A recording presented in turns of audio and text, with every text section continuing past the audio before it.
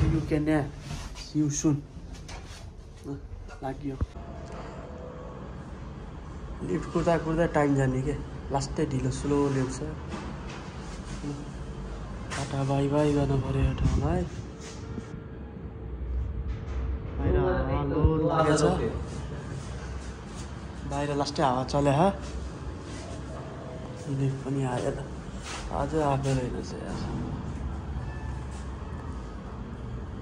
होटलबाट चेकआउट गरियो face lock नभए खुल्दैन फेरि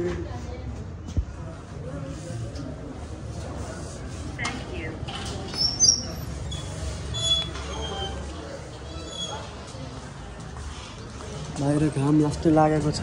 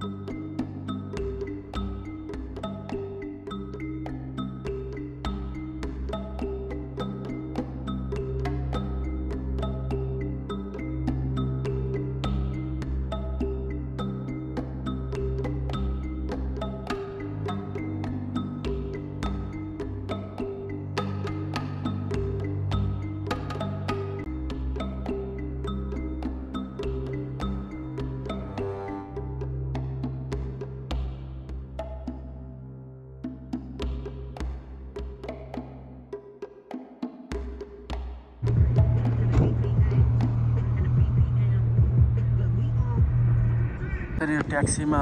ओलाउँदो रहेछ ट्याक्सीले अनि आफ्नो छुट्टै एयरपोर्ट अझै अगाडि छ यहाँबाट चाहिँ स्क्यान गराउँदो रहेछ सिधै एयरपोर्ट जानु अगाडि यहाँ स्क्यान गराएर जाँदो रहेछ गाडीहरू त्यहाँबाट सरी त्यहाँ जाने भयो हामीलाई चाहिँ यहाँ स्क्यान गराएर फेरि त्यहाँ गाडीमा बस्नुपर्ने हुन्छ यस्तो सिस्टम रहेछ यहाँको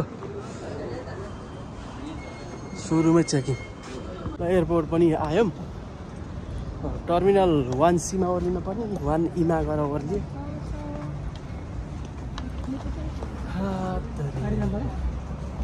1C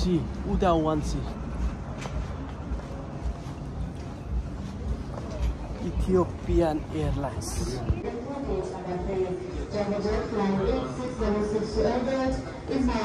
घाम चर्को घाम लागेको छ त्यही पनि त्यस्तो पोल्ने खालको घाम छैन यहाँ अहिले यहाँको टेम्परेचर 24 डिग्री छ यही हो एयरपोर्ट देख्न सकिन्छ राम्रो छ एयरपोर्ट गोलो खालको रहेछ अस्ति आउँदा त त्यस्तो देखेको थिइनँ मैले डिपार्चरको राम्रो रहेछ एराइभलको सानो सानो जस्तो लाग्यो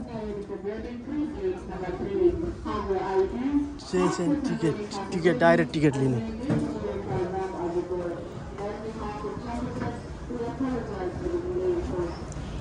वान सी वहाँ छ पुरा सेक्युरिटी चेक पहिला फिजिकल सेक्युरिटी चेक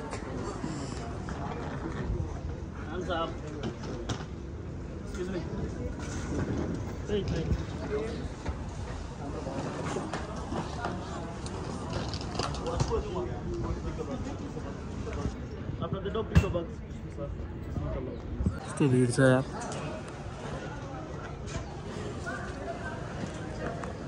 लास्टै ढिलो गरेको होइन लाइन मात्रै लाग्नु पर्छ आधी घन्टाभन्दा बढी भइसक्यो बाहिरको लाइन लाग्यो युवानी स्टाफ ल्याएको छ बिजनेस क्लास इथियोपियन एयरलाइन्समा बहुत भिड छ हौ यो एयरलाइन चाहिँ खतरा चल्दो रहेछ हाम्रो अनलाइन चेकिङ भएको भएर हामी 2 नम्बरमा पऱ्यौँ अनलाइन चेकिङ गरेर पनि फेरि त्यो गर्न पर्ने रहेछ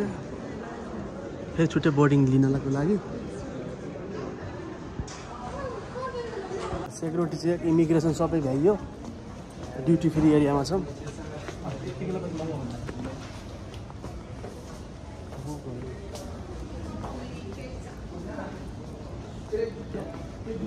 यहाँ बाहिरबाट भ्यू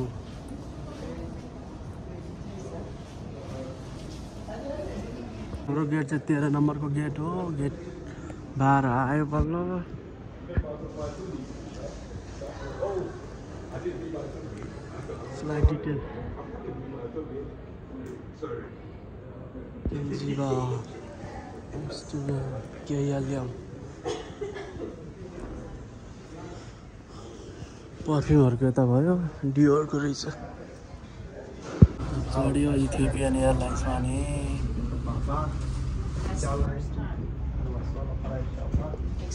बहुत भिड छ लास्टै भिड ठुलो छ प्लेन सिट 3x3 छ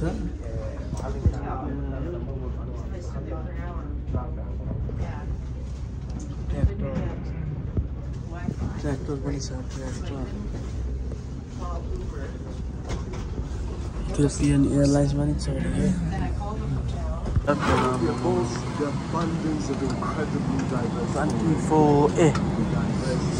24 यसमा पप भए दामी हुन्थ्यो हेडफोन दिएको छ छ प्लेन अब विन्डो सिट मैले पहिले चुज गरेको थिएँ अनलाइन चेकिङमै झ्याल चाहिँ अलिकति फोहोर परेको ठ्याक्कै विङ्समै परेको क्या हाम्रो विङ्स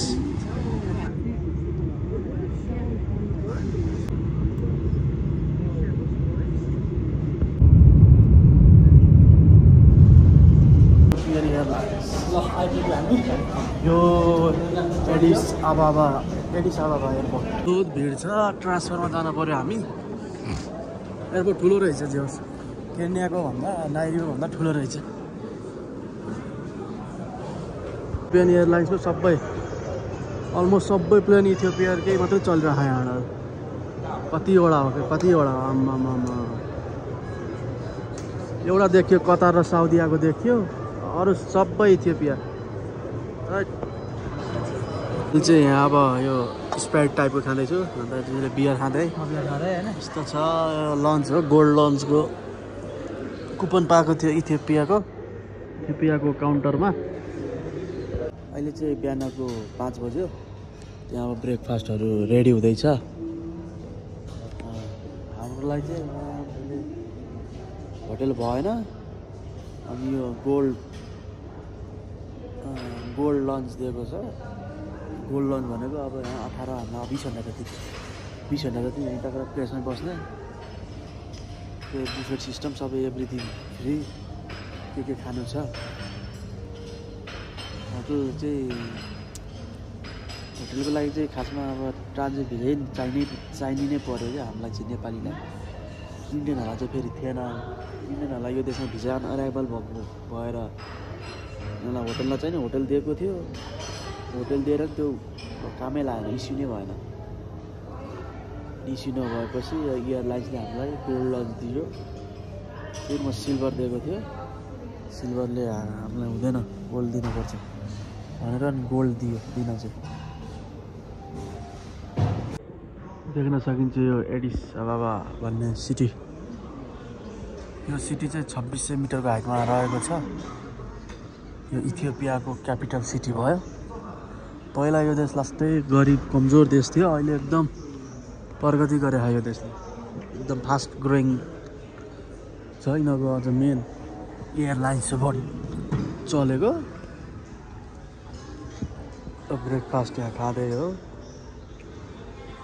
ब्रेकफास्टको बल्ल खुलेको छ भिडभाड छ मान्छेहरूको अब ओभरनाइट स्टे भएपछि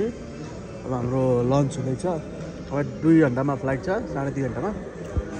लन्चको तयारी भइसक्यो